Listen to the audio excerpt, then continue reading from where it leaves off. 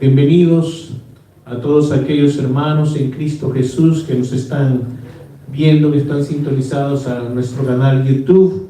Que Dios los bendiga, y a todos nuestros amigos también que se sintonizan. Que la misericordia, la gracia de Dios y el favor de Dios venga sobre ustedes en esta mañana. Amados hermanos, vamos a abrir la Biblia en el libro de Isaías.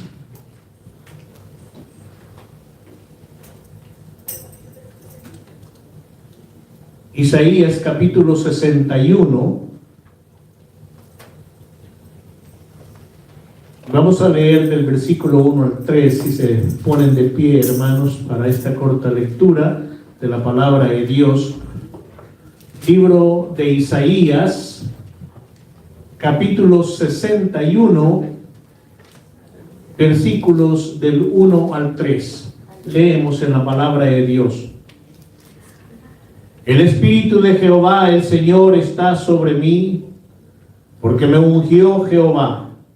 Me ha enviado a predicar buenas nuevas a los abatidos, a vendar a los quebrantados de corazón, a publicar libertad a los cautivos y a los presos apertura de la cárcel, a proclamar el año de la buena voluntad de Jehová. Vamos a leer una vez más. El Espíritu de Jehová, el Señor, está sobre mí, porque me ungió Jehová. Me ha enviado a predicar buenas nuevas a los abatidos, a vendar a los quebrantados de corazón, a publicar libertad a los cautivos y a los presos apertura de la cárcel, a proclamar el año de la buena voluntad de Jehová. Gloria sea su nombre. Pueden sentarse, hermanos. En este mensaje que le hemos llamado 4 aspectos del ministerio ungido de Jesucristo. 4 aspectos del ministerio ungido de Jesucristo. Note usted, amados hermanos, esta es una profecía centenares de años antes de que se cumpliera la profecía del nacimiento del Mesías, del Hijo de Dios, el unigénito Hijo de Dios, el primogénito, unigénito, Jesucristo nuestro Salvador. Pero note primeramente que quien está hablando en esta profecía es Jesucristo mismo, porque Él está diciendo: el Espíritu de Jehová, el Señor, está sobre mí. Amén. Alabado sea el Santo Cordero de Dios. Y aún sin que no estamos dando una enseñanza, no es ahora una enseñanza, es una predicación. Note que en este primer párrafo del primer versículo está activa la Trinidad divina. Seguramente ya se dieron cuenta ustedes, la Trinidad divina está descrita y activa en este párrafo de ese versículo. Porque dice, el Señor Jesús, ¿quién es la segunda persona de la Trinidad divina? El Hijo. Dice, el Espíritu, y luego la primera persona de la Trinidad divina, de Jehová el Señor, está sobre mí. Pero dice, el Espíritu es la tercera persona de la Trinidad divina. Entonces, Jesucristo, la segunda persona, dice que el Espíritu, la tercera persona de la Trinidad divina, de Jehová el Señor, la primera persona de la Trinidad divina, está sobre mí. ¡Qué tremendo! En una sola frase, amados hermanos. ¿Cómo encontramos nosotros la Trinidad divina ahí mismo? Entonces dice el Señor que fue ungido por el Espíritu de Dios. Todos recordamos haber leído el pasaje en la palabra de Dios donde dice que inmediatamente después de que Jesucristo fue bautizado y subió de las aguas, que entonces el Espíritu Santo descendió sobre él en forma de paloma. Fue algo visible.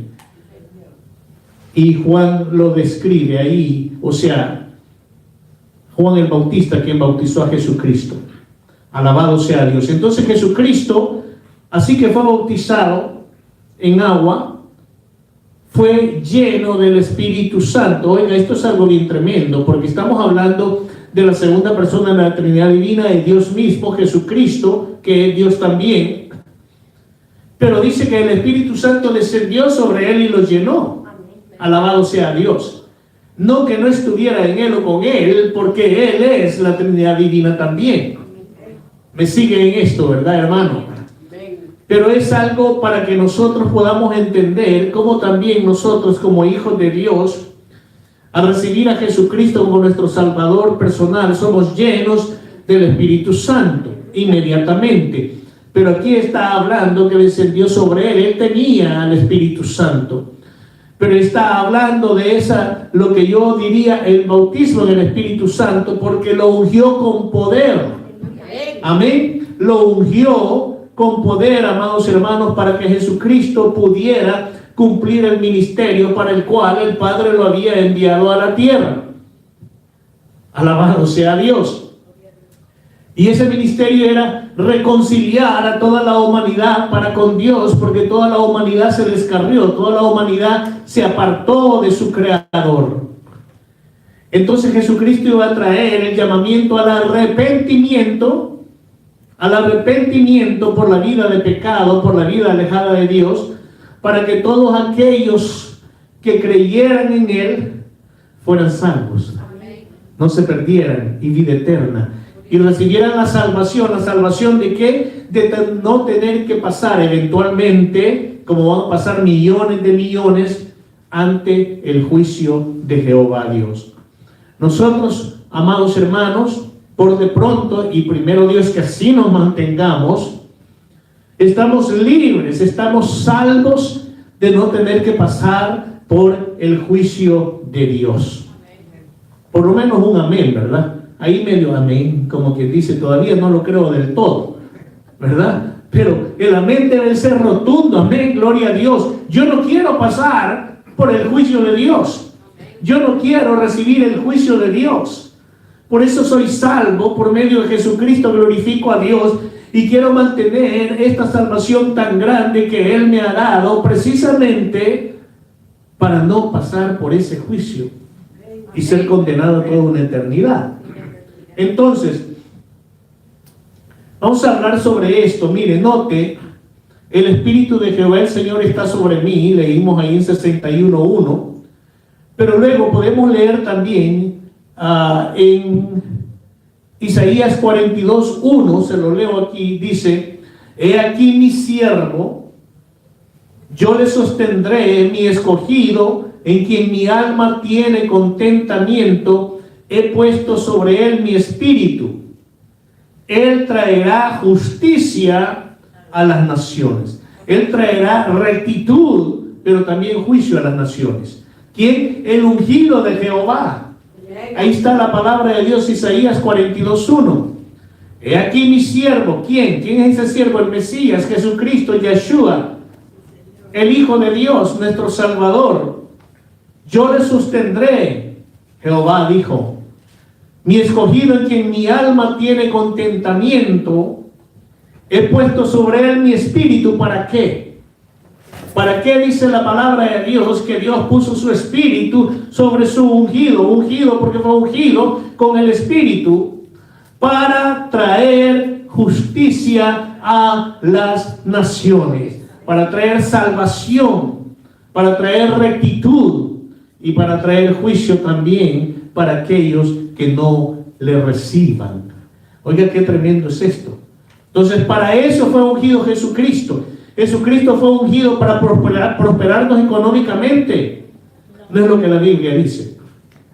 Las bendiciones de Jehová con respecto a nuestras finanzas y todo lo que necesitamos vienen por nuestra obediencia a Él como hijos de Dios.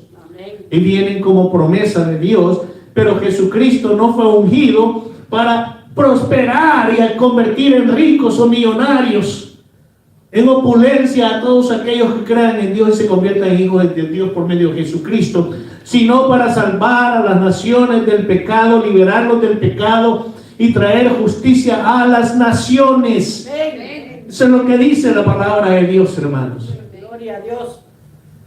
Luego estaremos hablando de la misión de la iglesia hoy en la actualidad. Luego también dice la palabra de Dios: y reposará sobre él el espíritu de Jehová, espíritu de sabiduría, y de inteligencia, espíritu de consejo y de poder, espíritu de conocimiento y de temor de Jehová. Isaías 11:2. En el Apocalipsis nosotros encontramos, leemos que dice, habla, hace referencia a los 7 espíritus de Jehová Dios. ¿Lo recuerdan? A los 7 espíritus de Jehová Dios en Apocalipsis. Aquí están escritos los 7 espíritus de Jehová Dios. Primeramente, la tercera persona de la Trinidad Divina, el Espíritu Santo.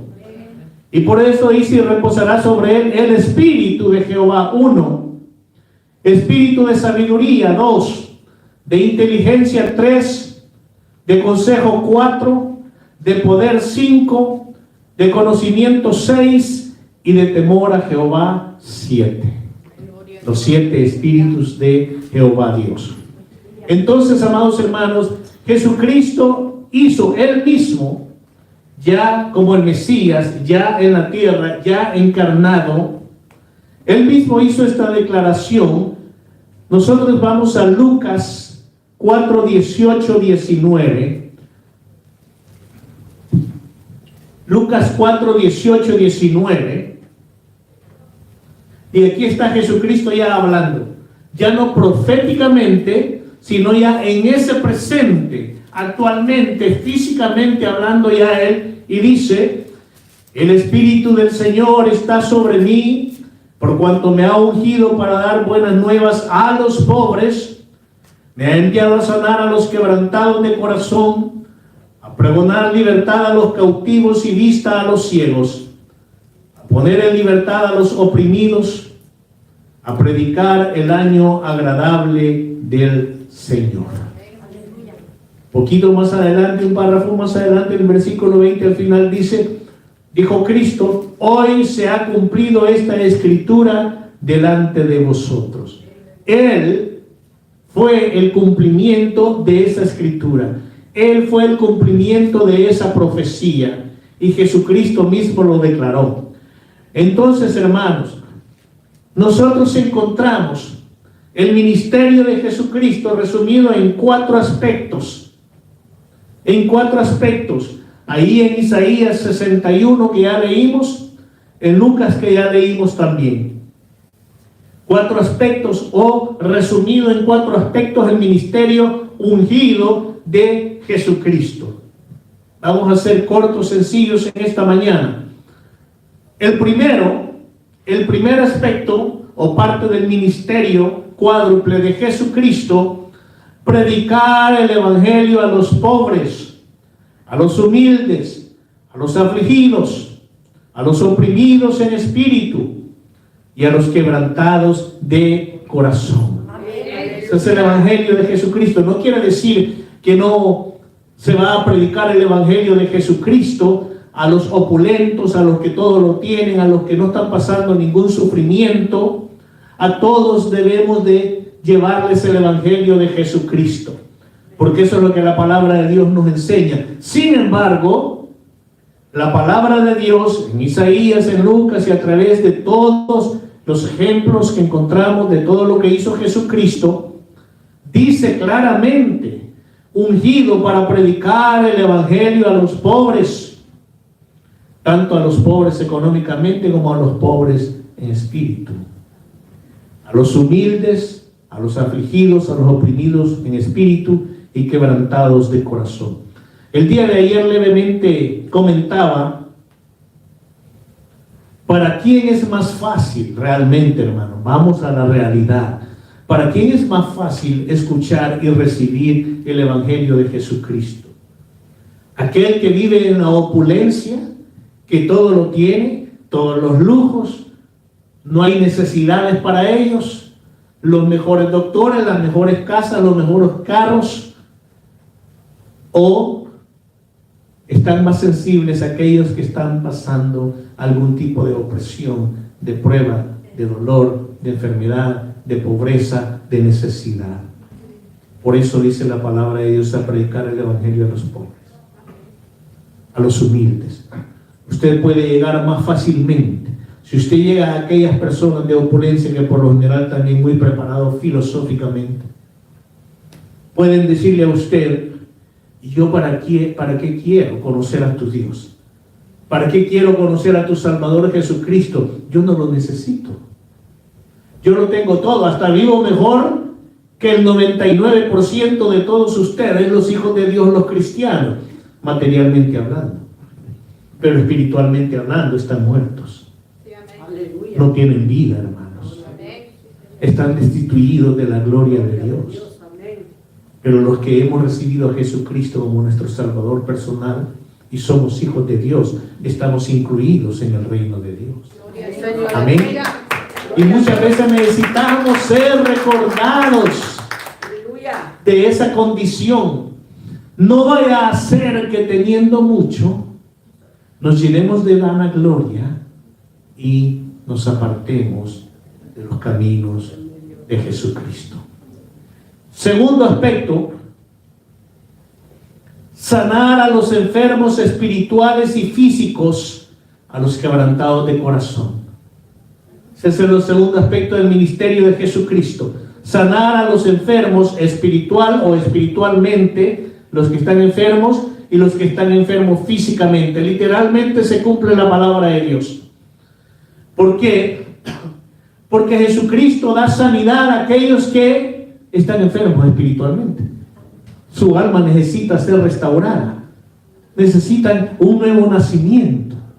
Pero también a los enfermos físicos. Él tiene el poder. Jesucristo es el mismo ayer, hoy, ayer y por todos los siglos. Alabado sea Cristo. Él es el mismo. Él tiene poder para sanar. En el Antiguo Testamento sanó a través de los profetas. En la iglesia, en el Nuevo Testamento, Jesucristo sanó directamente, luego sus discípulos también, y dice la palabra de Dios que todos los que creamos en Él y seamos salvos, lo seguirán las siguientes señales, y entre una de ellas pondrán las manos sobre los enfermos y sanarán. Esa es palabra de Dios, esa no es palabra de hombre. Es una palabra que debemos de creer, debemos de tener fe. Él tiene el poder para sanar el alma y para sanar el cuerpo. No lo dude, Él tiene el poder. Si nos pusiéramos a dar testimonio de toda esa sanidad que Él ha hecho en nuestros cuerpos, yo creo que pasaríamos muchas horas hablando de eso. Bueno, tengo que avanzar, hermanos. Tercer aspecto, o parte del ministerio de Jesucristo: romper las ataduras de maldad y dar libertad a los oprimidos. ¿Oprimidos por qué? Por los placeres pecaminosos del mundo, por la carne, los placeres de la carne, por Satanás mismo, por los demonios. Él vino a romper las ataduras. Dice la palabra de Dios, nos enseña cuando leemos los evangelios, qué cantidad de personas que estaban poseídos por demonios los llevaban a Jesucristo y los liberaba a todos, porque es parte de su ministerio. Y los discípulos hicieron lo mismo, y nosotros como iglesia estamos fundados sobre el fundamento de los apóstoles y los profetas, que es el fundamento de Jesucristo. Por lo tanto, nosotros también, hermanos, como hijos de Dios, salvos de Jesucristo, ungidos con el Espíritu Santo de Dios, tenemos el poder y la autoridad para también romper ataduras, romper cadenas, llevar libertad a los que están presos espiritualmente, a los que están oprimidos por esos placeres, por esos deseos, por la mundanidad, por las opresiones de Satanás. Tenemos el poder y la autoridad, debemos de hacerlo. Alabado sea Dios. Cuarto, vamos volando aquí, ¿verdad, hermano? Abrir los ojos espirituales de los perdidos para que vean la luz del Evangelio y sean salvados. Muchas veces se va a predicar y usted le está llevando el Evangelio a alguien, y por más que le habla y por más adornos que muchas veces hemos cometido el error de quererle poner, cuando estamos evangelizando a alguien, no llegamos a ningún lado. No llegamos a un lado. Número uno, necesitamos la unción del Espíritu Santo, siempre presente. Número dos, reprenda las ataduras, reprenda el velo que tienen sobre los ojos espirituales, que no les permite ver la luz gloriosa del Evangelio de Jesucristo. Reprenda ese velo, rómpalo en el nombre de Jesucristo, con la unción del Espíritu Santo que usted tiene. Y entonces va a ver que va a ser diferente. Va a ser un evangelismo sobrenatural. Ahí está la diferencia muchas veces cuando muchos cristianos en buena voluntad, porque en buena voluntad lo hacemos, vamos a evangelizar, pero algunos se topan con paredes y no hay cosecha, y otros regresan con una lista de personas que se entregan a Cristo.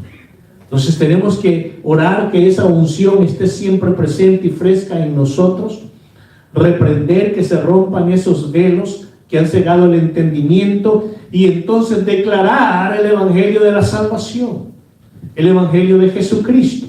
Amén. Gloria a Dios. Sigamos adelante.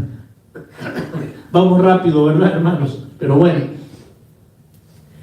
¿Qué ahora sobre la iglesia neotestamentaria? La iglesia de Jesucristo, por supuesto. Neotestamentaria quiere decir del Nuevo Testamento para acá. ¿Qué ahora con la iglesia? Estos 4 propósitos o aspectos del Evangelio de Jesucristo, ¿serán que ya no se cumplen?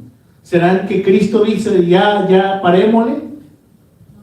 Ya Él murió, resucitó, ascendió, los discípulos ya hicieron su parte, ya parémosle, iglesia, hasta ahí nomás, ahí quedó todo? ¿O continúa la misión como iglesia de que nosotros continuemos con exactamente el mismo ministerio de Jesucristo? Sí, amén. Eso es lo que Él quiere, que nosotros continuemos con el ministerio, expandiendo ese ministerio de Jesucristo. Por eso precisamente Jesucristo dijo, y hay un versículo en la Biblia que se le llama la Gran Comisión. ¿Cómo se le llama? La Gran Comisión. Mateo 28:19 dice, esto es para toda la iglesia, esto es para nosotros, hermano. Esto no es solamente para los pastores, o profetas, o apóstoles, evangelistas, maestros. Esto es para la iglesia de Jesucristo, para los salvos, para usted y para mí. Por tanto, ir y hacer discípulos a todas las naciones, bautizándolos en el nombre del Padre, y del Hijo, y del Espíritu Santo. Esa es misión para toda la iglesia. ¿De qué manera vamos a hacerlo? Con los 4 aspectos o fundamentos del ministerio de Jesucristo. Luego Marcos 16:15-16 dice así: ir por todo el mundo y predicar el evangelio a toda criatura. El que creyere y fuere bautizado será salvo, mas el que no creyere será condenado. Póngale atención a esas últimas 2 palabras, será condenado. O más bien dicho, mas el que no creyere será condenado, porque le voy a decir cómo lo usan algunos predicadores modernos. Ir por todo el mundo y predicar el evangelio. ¿Cuál es el evangelio? De Jesucristo. Es el evangelio de la salvación, punto. No hay tal cosa del evangelio de la prosperidad, ese es invento de hombres. El evangelio de Jesucristo es salvarlos para que no tengan que pasar por el juicio de Dios, es decir, decirles arrepentidos. Y hoy en día debemos decir arrepentidos porque Cristo viene pronto. Alabado sea Dios. Ese es el mensaje. Arrepentidos quiere decir cambien su manera de pensar, cambien su manera de vivir, cambien su manera de comportarse, arrepiéntanse, hagan cambio, vengan a Cristo para que sean hijos de Dios, póstrense delante de Jehová Dios, su creador. Ese es el evangelio de Jesucristo. Ese es el evangelio de Jesucristo. Eso es lo que debemos de cumplir. Los apóstoles continuaron exactamente el mismo ministerio de Jesucristo y enseñaron a la iglesia, amados hermanos, del presente donde ellos estaban, y la iglesia futura, que debía de hacer lo mismo que ellos hicieron, como ellos hicieron lo mismo que Jesucristo. ¿Está entendiendo eso? Es el fundamento, hermanos.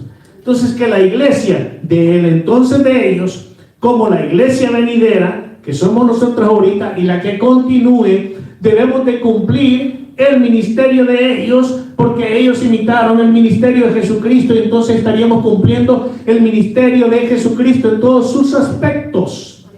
Amén, hermanos. Entonces, ¿cuáles son esos aspectos? Predicar el evangelio a los pobres, etcétera, etcétera, sanar a los enfermos espirituales y físicos, etcétera, etcétera, romper las ataduras de maldad, abrir los ojos espirituales y todo eso, los 4 aspectos. Pero ¿qué es lo que hace la iglesia hoy en día? ¿Cumplimos con el ministerio de Jesucristo o cumplimos con ministerios creados por hombres hoy en día? Mira, hermano, me dio tristeza de escuchar a un predicador famoso a nivel mundial. A nivel mundial. Yo creo que es el hombre que más libros ha vendido. Creo yo. Sobrepasa a muchos más. Una iglesia quizás como de 30,000 miembros o más. Pero solo predica de la prosperidad. Por eso se llena la iglesia. Porque quieren llegar a una iglesia donde escuchan lo bonito y no oyen nada en contra del pecado, sino que escuchan la prosperidad. Entonces, amados hermanos, le preguntó un hombre, y usted puede ver el video, búsquelo, está en el video. Le preguntó: ¿por qué usted no predica sobre el arrepentimiento? Así, point blank, en su cara. ¿Por qué no predica sobre el arrepentimiento? ¿Por qué no habla de que hay que arrepentirse del pecado? ¿Por qué no predica en contra del pecado, que es para donde llega la salvación? Y bajó su cabeza así. Ahí lo puede ver usted. Y dijo: bueno, porque los pecadores ya saben que son pecadores y no necesita que se les digamos. Esa es la respuesta. Búsquela. Porque los pecadores ya saben que son pecadores y que están en pecado, no necesitamos decírselo. Esa fue su respuesta. Qué vergüenza, hermanos. Qué vergüenza. Ese es el evangelio de Jesucristo. Decir: pecadores, ustedes ya saben que son pecadores, yo no necesito predicarles del pecado, no necesito predicarles que se arrepientan, no necesito predicarles que deben de entregarse a Dios, recibir a Jesucristo como su Salvador y ser salvados del juicio venidero, sino que voy a predicarles de la prosperidad. Porque eso es lo que ustedes necesitan. Ustedes necesitan prosperidad y traen más dinero a la iglesia, por favor. Ustedes necesitan prosperidad. Yo le agregué esa parte, ¿verdad?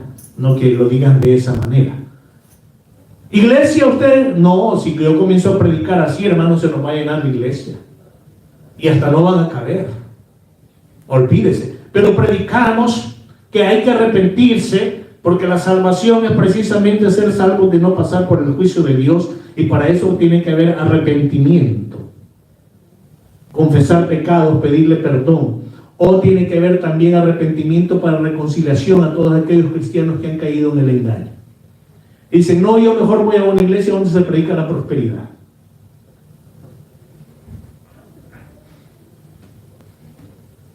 Hablaba con un pastor que hablaba un poquito, sí, aunque tiene mucho conocimiento de la palabra de Dios, pero recientemente me dijo de que estaba pasando situaciones difíciles financieras en la iglesia que afectan. ¿Y dónde está el ministerio de la prosperidad? Pues, ¿está entendiendo esto? Ese no es el ministerio de Jesucristo. Ese no es el ministerio de Jesucristo. La palabra de Dios, si bien nos dice claramente que no estemos afanados, ansiosos por nada, sino más bien sean conocidas todas nuestras peticiones delante de Dios, porque Él, Jehová Dios, voy a parafrasear, nuestro Dios Todopoderoso, ya sabe de qué tenemos necesidad y Él provee. Alabado sea Dios. Estamos entendiendo esto, hermano, sin andar recibiendo cosas que desvían el verdadero objetivo del evangelio de Jesucristo. ¡Qué prosperidad! ¿A dónde está nuestra iglesia? Hablo aquí a esta iglesia tabernáculo de Dios. ¿A dónde estamos nosotros? ¿En el evangelio de Jesucristo? ¿O en un evangelio ficticio de la prosperidad? Debemos de mantenernos firmes en la palabra de Dios, en el ministerio de Jesucristo. Y eso es iglesia. Y las iglesias que nos estén escuchando, o pastores que nos estén escuchando, ese es el ministerio de Jesucristo. Ese es el evangelio de Jesucristo. No le agreguen cosas, inventos de hombres. No engañen a la gente, porque le van a tener que dar cuentas a Jehová Dios. Que Dios lo bendiga, amados hermanos. Denle palmas al Señor.